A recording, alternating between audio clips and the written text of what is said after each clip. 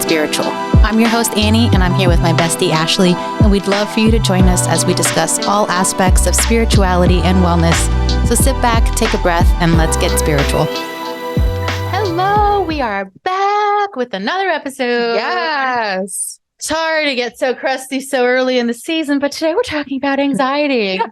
This should be so much fun. Great, because I'm living through that too. Yeah, pretty much. I think everyone who listens to any of our episodes or all of our episodes, this one's for y'all. If you're on a spiritual path, it's probably because you have anxiety. If you're in existence in the year of 2023, you have anxiety. Even if you don't know it, you do now. I literally and firmly, wholeheartedly believe every single human at all ages, just because it's like the society and life we're in, everyone has anxiety in some form. In some form or other, whether it's a little baby anxiety, huge, can't control anything anxiety, it exists within all of us. Trains are derailing all over the place. Countries are about to go into war. We had a pandemic. Here and we had a pandemic. If you don't have anxiety, whether it be little or big, you might be a sociopath. Yeah, you might have to see if you feel any emotion.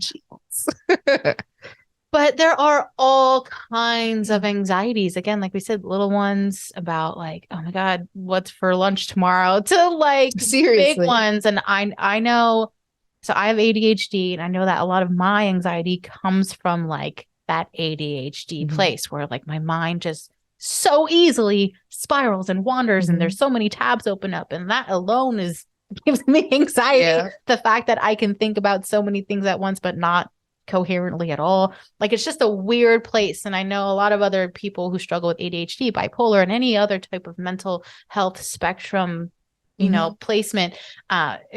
There's a lot of anxious feelings. We second guess ourselves, and it's really easy to get stuck in like that mind and lost in anxieties. It's easy to spiral.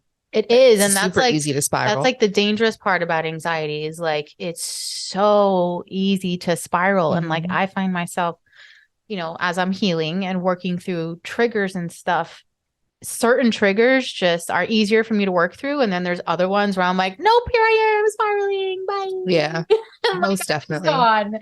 And it's so, and like, it takes a lot of work to like calm yourself. I feel like a lot of trauma survivors in any form of trauma have a lot of anxiety because we are always dealing with our trauma brain versus like the practical brain. Yeah. The trauma brain's the brain that like reacts like we were in those traumatic situations. It goes to what we know and how we kept ourselves safe in these traumatic situations. Yeah, fight or flight, and it knows the things to do. But our practical brain's like, bitch, it's not that crazy this time. Like it's better.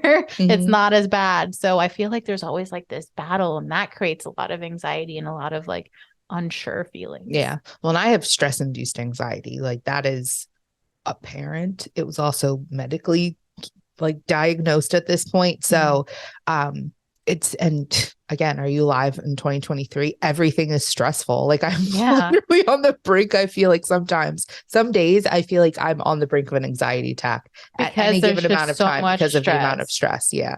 And like, that's the thing, like the world in general is just stressful, but then you break that down even more. My own world is just stressful. Work is stressful. Some of my relationships are stressful, and they're all just flying at you at all times at different sides. So it's a constant practice. And I feel like myself to slow down. Anxiety lives within all these different categories. There's anxiety in our relationships where, I mean, even if you're secure in your relationships, you can still have anxiety about it.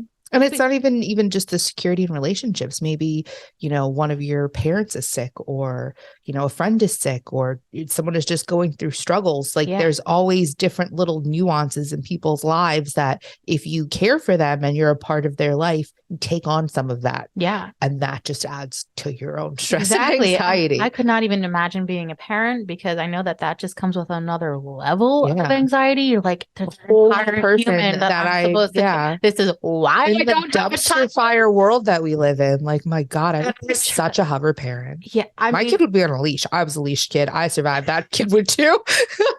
I just feel, and that's one of the reasons why, as I got older and really assessed the fact of whether or not I wanted children, it's like, I feel like I have to work so hard to manage my own anxiety that I could not even literally imagine the added anxiety of another human being. Like it's a lot. So kudos to all the parents out there, anyone who's a caretaker, anyone else. Of anyone. Yeah. You might just be a caretaker of a family member, sibling or something, aunt, like uncle, like it's a lot. There's a lot of anxiety that comes with it. Am I doing a good job? Like there's the personal anxiety, and then there's, oh my gosh, are they okay? Are they going to survive? And one of the things that I've realized that causes anxiety for me is imposter syndrome. I didn't realize how maybe much I worry about that. I guess I can't wait to go in therapy again, because I feel like a lot of the things that have happened in my life currently, especially with work, I'm like, well, wow, I had all this confidence to be like, I can do it. And now that I'm in it, I'm like, but can I do it? Was I just doing a good job of mimicking someone else who could? Yeah.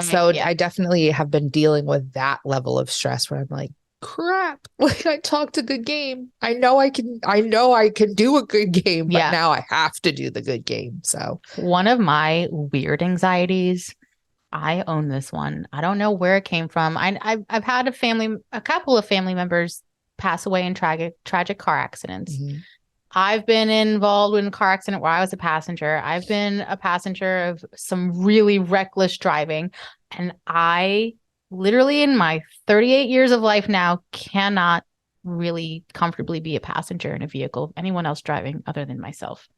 That is someone that likes to be a passenger. I'm here for it. So God, I feed into this amount of anxiety that I get being a passenger in a vehicle is overwhelming, to the point where, in my effort to control that anxiety, this is how it's controlled. Mm-hmm. I must drive, because when I'm driving, I'm in control of the vehicle. I'm more aware of everything.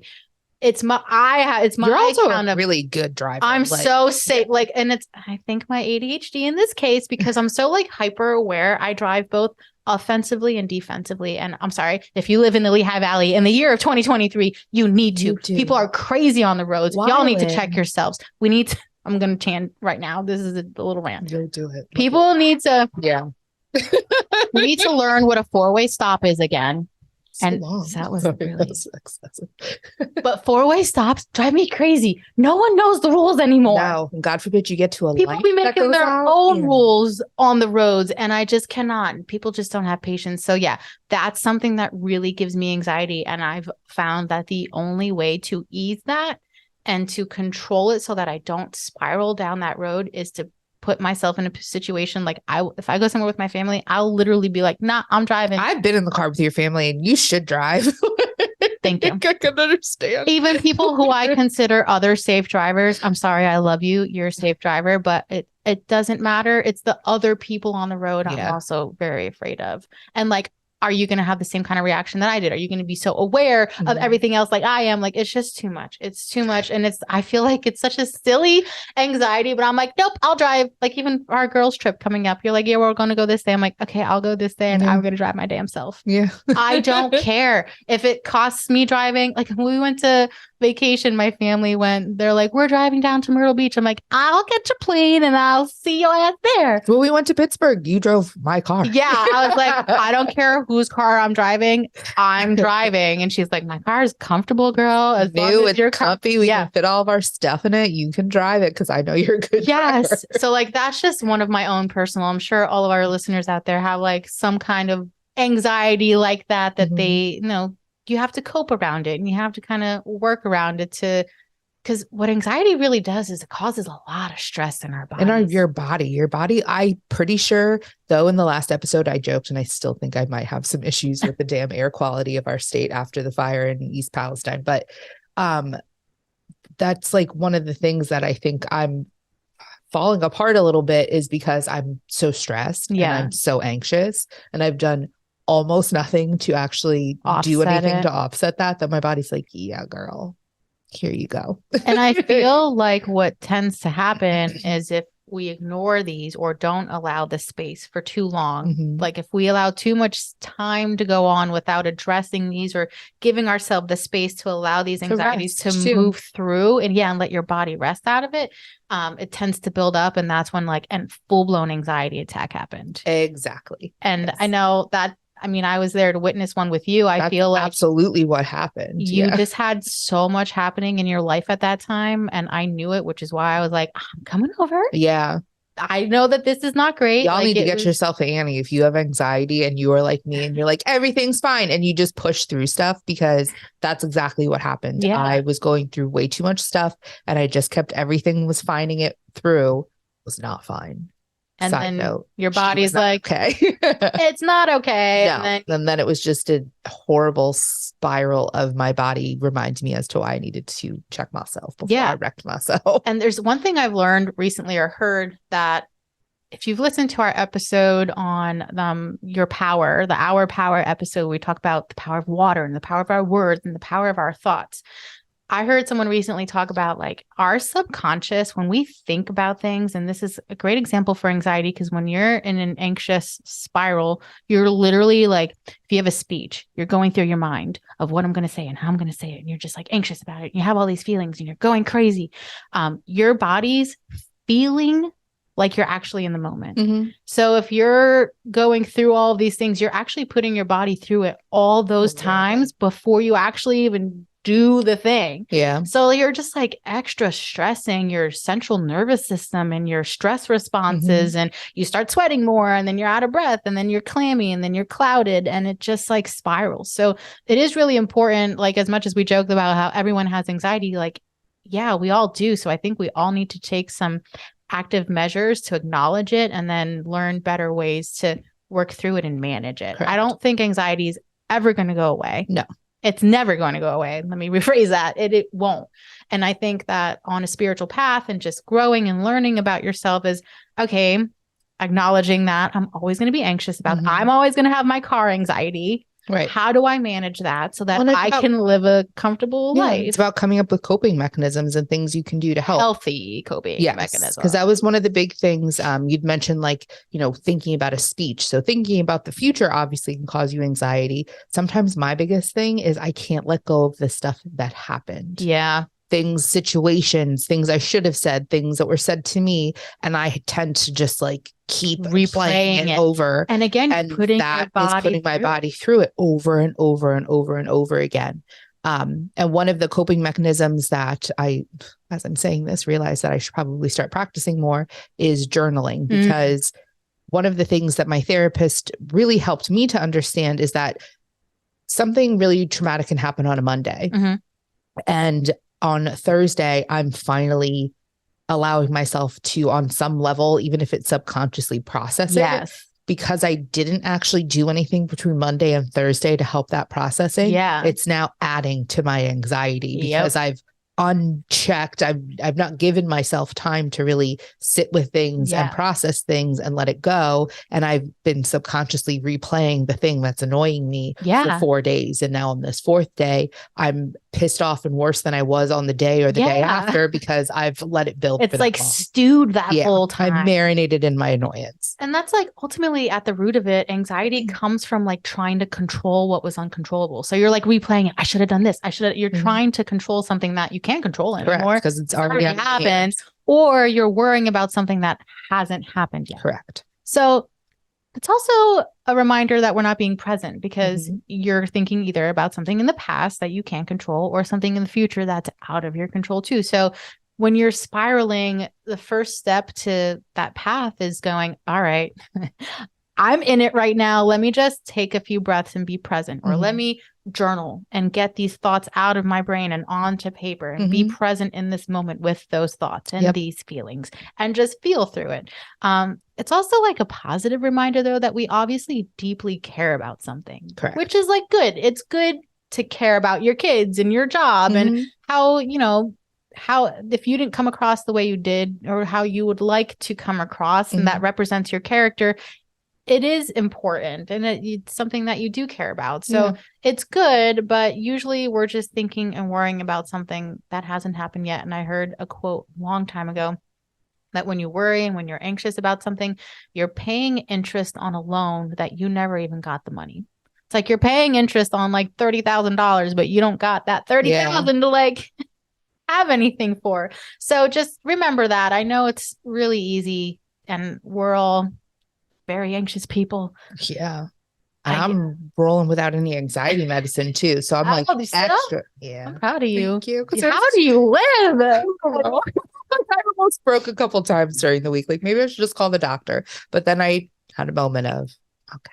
Yeah. You're going to be okay. And everyone has different ways, whether it's prescribed medication or, different types of healthy outlets. I feel like everyone needs to find what works for them. Mm-hmm. And we can't really judge what helps other people be less anxious. Like it's not for me to judge. I personally am not a fan of medication, but I'm not going to judge you because that's the path that you need. Especially because you saw what it was I mean, I know. And I'm like, bitch. You're like, baby, yeah. And it has helped you. And I've seen the benefits of it. And I've seen the clear-mindedness that it brought you during times that were very just turbulent. And I know that's what you needed. And I think that's part of the problem is sometimes people think that because we're humans and we can't help it. It's A or B, but sometimes it's not A and B. There's a little bit in between. So yes, I needed the medication to help me slow things down. And like the biggest thing was that I wasn't sleeping. Yes. So my anxiety was keeping me up. So this or you would wake up. Or I'd wake up in full blown like conversations practically in my head. So, that was the one thing that I couldn't control as much as I can now, which is why that was very helpful. And because of that, I was able to journal. I was able to go to therapy weekly. Yes. I was able to do the extra steps that I needed to get my coping skills together and to manage it. So that way I am now comfortable enough. And again, I'm also comfortable enough with calling and going, hi, doc, I think maybe you need to do my script for me. Exactly. Because I think I need it. You know yourself. You've learned your body. You feel when things come up and you know when you're at a point where you do need to extend that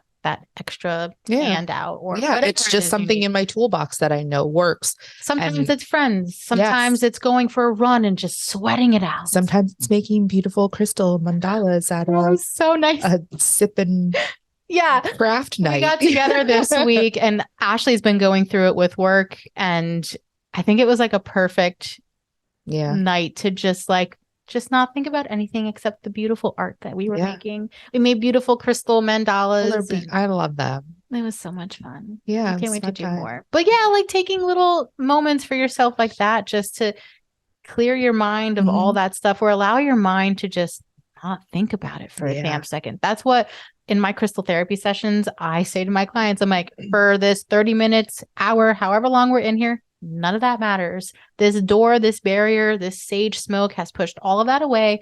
And for the time that you're here, we're here to relax and allow your body to relax. And we don't have to think about that. And whether it be a massage, like again, whatever you need. Last week when we tried to record and the whole thing was just not working, I went and I got my nails done. I literally told her, I was like, I cannot wait to just sit in that massage chair and get massaged and get rubbed up and I did. I disconnected. I scrolled mindlessly on my phone, which for better or worse is sometimes how I step away from the anxiety and the stress.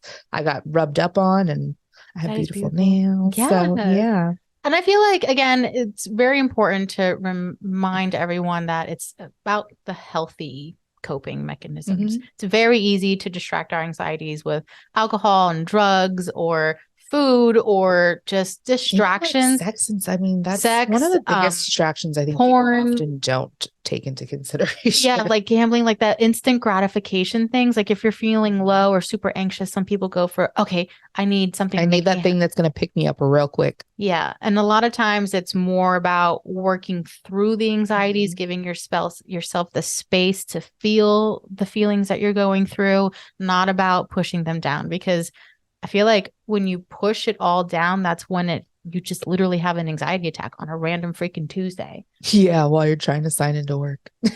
And one little thing can set it off. Like I feel like it's almost like you're just like adding up all this like dirt on a pile. And if you don't clear it out, it's just going to like avalanche and just like fall and cause like just like a big mess. Yeah. So if you take the time to like clear it out every now and then or work through it, then it's just better. Yeah. Heck yeah. I mean, there's times where my anxiety has helped me helped me so much as pushed me into making a very rash decision. Yeah. I quit a whole job once because I was just had too much going on. And you could, it worked out for me, but that's not always how things work. So no. Yeah, it's good to get that stuff checked and to, like you said, kind of even out that dirt before it gets just too big that it kind of just piles up. It's just a big pile. And I want all of our listeners to know that we've all been there. You are not alone. We are not alone. And anyone out there is listening and is really going through it right now, and you're anxious and just like so stressed, you're having a hard time dealing, you maybe feel it in your chest, you can't breathe, you're not alone. We encourage you to seek support and be open to what you're feeling and finding the right solutions and those right resources that help you work through it rather than brushing it off. A lot of us make excuses for our feelings and our anxieties. No, you need to validate what you're feeling. Yeah. What you're feeling it because it means something to you. And whether that's a moment of you reevaluating why you feel so strongly about something, to either say, yes, this is a boundary I need to put up with someone because this is how it makes me feel and this isn't okay. Or whether you go, okay, this is making me feel this way, but maybe I need to set the boundary with myself and have things with myself so that way I can move past it. Feel the feelings and try to figure out what's making it kind of come up so that way you can work on it and not have to face it so strongly and so anxiously the next time that situation comes up, because it's going to come up again. Yeah. And you don't have to justify it. Your feelings are valid. And what you're feeling is valid, and you should acknowledge it and not dismiss it. So, because I feel like when you learn and through practice and you dig into that a little more, you can more easily work through the anxieties, breathe through them, talk through it with therapy, feel through it. It just becomes less of a monster. Again, like we said, there's always going to be anxiety. So right now it's like big and scary and like looming. Yeah. But when we become bigger than it and we're like, nah, I know how to control you. I know that this is going to come up. I know if I get in the passenger seat of a car, I'm going to get anxious. But I also know ways that like I can manage that anxiety in those moments. And that's where it becomes less of like, a thing. Yeah. And I always got to shout out to my girl Pema. I want to read some of her quotes because she talks a lot about anxieties and uncertainties and all of that. So here's some quotes from Pema Chodron. She's my favorite Buddhist nun. One of them is, the root of suffering is resisting the certainty that no matter what circumstances, uncertainty is all we truly have. We don't know what's going to happen today. We don't know what's going to happen tomorrow. We don't ever know. We can try to plan for it as best we can, but it's not foolproof. Nope. Life has no agenda that is equal to ours. Correct. We may think so, but no. So when we acknowledge that, it kind of opens our eyes a little bit. Another one is, resistance to unwanted circumstances has the power to keep those circumstances alive and well for a very long time. So if you know you have to have an uncomfortable conversation, but it just makes you so anxious, and then you avoid it, you're actually just making that problem be bigger than it needs to be. So there's that one. And then another one she's said is, sticking with uncertainty, getting the knack of relaxing in the midst of chaos, learning not to panic. That's the spiritual path. We never said it was an easy path. Nope. But Pema encourages to lean into that uncomfortable place and make it feel less scary for us. It lets our minds relax a little in those chaotic moments so that our bodies can relax. Because a lot of it is about regulating our nervous system and regulating our fight and flight. When we feel like, when I get anxious, I feel it in the pit of my stomach, or I feel it in my chest and it's tight, or my hands get clammy, or I'm sweating. Like there's just different ways it comes out in our bodies. So like, okay, why can't I breathe? Let me work on breathing. Or if in the stomach, maybe I need to walk around and just kind of open up that space so I don't feel it in my stomach so much. Like find out where it is and then build off of that from there. So with that, I think we should take some breaths to relax because it's tarot time. I'm curious to see what these cards are going to say this time. So while Ashley shuffles those cards, we're going to take 3 deep breaths. I want us to inhale for 3 counts in, and I want 5 counts on the exhale because I really want you to let out all that tension and anxiety that sits in your body. Release it more with each exhale. We're going to start now. Inhale for 1, 2, 3, and exhale 5. 1, 2, 3, 4, and 5. Again, inhale 1, And then exhale all that bullshit out. One more time. 1, 2, 3, and exhale out all that stress. Perfect. Good job, guys. Well, I don't know. Those 3 kept sticking together, so it just felt like that was it. Oh,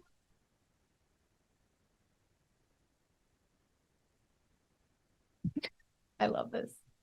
So if you watched or heard last week's episode, Annie got me some Office tarot cards for Christmas. So those are the cards that I'm using again today. So the first card that we have, there's 3 that just stuck together at the top. So I just pulled those. So we have the 2 of Swords. We have the Ace of Swords, which if you watch The Office, you know what a Dundie is. And this Dundie is New Ideas and Mental Clarity Award. And then we have the King of Cups. I love this. I do too, because I really feel like this speaks to this particular episode, especially the 2 of Swords. I mean, obviously this is life. He is anxious. He's sitting here in a blindfold with 2 swords. He has no idea what he's going to do with his life, and he has decisions to make. Well, I feel like that represents the uncertainty of like what is. We don't know what's going to happen. You can't see it. You can't see what's happening. So he's holding his own sword. Yeah. Though, so he's just ready to move. He's ready to do things, but he can't see anything that's coming. Yeah. So I feel like that definitely speaks to probably a lot of what a lot of us are going through right now. And what we talked about in this episode, you don't know what's coming. You only have so much control over things. And then we have, again, the Ace of, this is also, 2 swords, Ace of Swords. And again, the Dundie is New Ideas and Mental Clarity Award. So I feel like that just goes hand in hand with things. When you're going through these moments of uncertainty, you have to remember to stay calm, give yourself that moment to feel those feelings, work on that mental clarity. And whatever the thing is that's causing you anxiety, you're going to come up with the idea that's needed to kind of work through it. And if you can manage to do that, you're freaking king or queen sitting on your throne, sipping your golden chalice, being all fucking magical and shit. Yeah, that is magical. It is magical. He's so happy. So again, things that cause anxiety are just opportunities for growth. What? I just noticed at the top of this card, it's the little Jello stapler. Oh, that's fun. I'm not good at holding it up there, but it just made me laugh. If you watch The Office, you definitely would love these cards because there's so many different episode references in it. It's awesome. Yeah, that is a great message. You know, I need a vacation. I thought that was an island. It's a boat. Or a little boat? No, a little island in the middle of the ocean. I don't know. That's what I saw. I need a vacation. No, the Jello thing, not the boat in the background. Hell no, girl. I don't want to be on a boat. That's so But yeah, funny. no, I definitely feel like at the end of the day, the loud and clear message is work through the things that cause you the anxiety. Yes. Trust in the universe, trust in yourself, trust in the ideas and the decisions that you can make in moments of clarity if you can get yourself there. Yeah. And it's hard. So seek support. Yep. There's lots of support out there, whether it's a good friend or medical, like professional support. If you have to go talk to a primary care doctor, that is what I did. If you are wondering how I even got on medication, I ended up in the hospital because I was having a really bad panic attack. And in that moment of sitting there for however many hours I was there, I realized, okay, I need to go to therapy. I want to talk to someone. Obviously, these feelings that I'm feeling are too much, and I don't want to trauma dump on my friends. My friends are my friends. They're not my therapist. They're not there to give me that outside of perspective advice that I very much needed to work through things. Your friends are going to give you advice, even if the bluntest friend, hi, that's me. I still give you advice out of love. The advice that I give might be blunt and it may be helpful, but nobody's going to give you advice like someone that's outside of that situation. And a professional. Yeah. And that isn't biased. Like, I'm not giving necessarily, if you're in a horrible situation and I'm giving you advice, I'm not necessarily talking about all the great things about the person you're having the problem with. So, there's that level of just professionalism when you have that therapist to talk to. And that's really what it is. Therapy is just going and talking to someone. Yes. I love the little illustrations of the person with jumbled scribblies above their brain. And then they're talking through it with therapy and it's going into the therapist's brain as a single thought. So it takes all the cloudiness and it helps you sort through it all. I loved therapy. I highly recommend anyone who's going through it and just feeling clouded in your mind to seek that kind of support. I think is one of the best. Yeah. And that's the other thing I did with getting on medication. I reached out to my primary care doctor. I set up an appointment. I cried and told him all the horrible things that were happening with my life and how I kind of got to this place and why I thought that I needed the help with the medication. I told him I was going to therapy too. I had that session already set, but this was my first level of I could get into this quickly. I could get something that could calm me down. You know, he talked about the different types of options that we had. We worked out the best medication for me. And, you know, I was very lucky in that all of that worked right on the first shot. Yeah. That might not be your experience, but that doesn't mean you shouldn't keep trying. Yeah. I think a lot of it comes down to as well with a therapist is like, you have to really like that person and feel comfortable with it. So don't get discouraged if you go to your first counseling session and it's not giving you all the feels. Yeah, and it's not you. It's just you and that person are just not connecting. So you go and find the next one. Yeah. There's nothing bad about it. You're not a bad person. They're not a bad therapist. I just think that you need to do what's right for you. Correct. For me, I like to dance it out and sweat it out sometimes too. And some people like to knit and do arts and crafts, whatever it is, we encourage it. And we just want you all to feel good and know that anxiety isn't such a monster, that you have the power to manage it. Really, you put it in its place. Yeah, get a leash on that bitch. Yeah, let's get her under control. You have that power. Yes. So thank you all so much for listening. We want to remind you to always stay spiritual. Yeah. Thank you.